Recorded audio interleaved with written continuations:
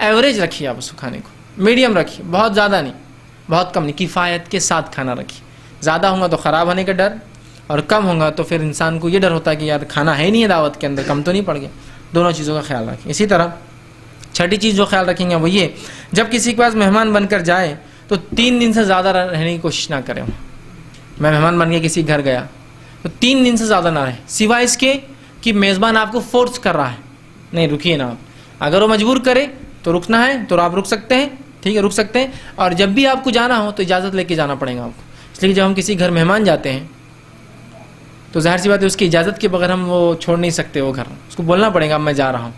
ٹھیک, تو اگر مہمان آپ کو فورس کرے کہ نہیں بھائی آئیے, جو ہے بیٹھیے اور رہیے نا, 3 دن تو ہوئے ابھی, اور آپ کے پاس سہولت ہے تو بالکل آپ رک سکتے ہیں 3 دن سے زیادہ.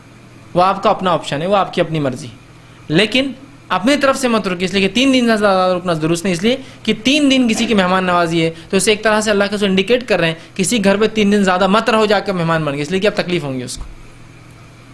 سمجھ رہے ہیں آپ بات کو؟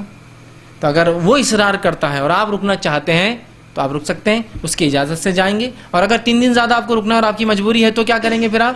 چونکہ اب آپ مہمان نہیں رہے, ان کے گھر کے کام کاج میں ہاتھ بٹائیے, سودا صرف لا کے دیجیے, سبزی ترکاری لا کے دیجیے اپنے پیسوں سے کہ بھائی یہ لیجیے.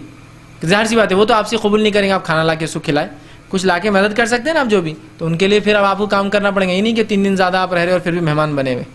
ٹھیک ہے, تو اس چیز کا آپ لحاظ رکھیں. 7ویں چیز جو ہے, مہمان کی روانگی کے وقت میزبان کا یہ کام ہے کہ اس کو گھر کے دروازے تک جا کر چھوڑے, اس لیے کہ نبی اکرم صلی اللہ علیہ وسلم اور سلف کا طریقہ تھا.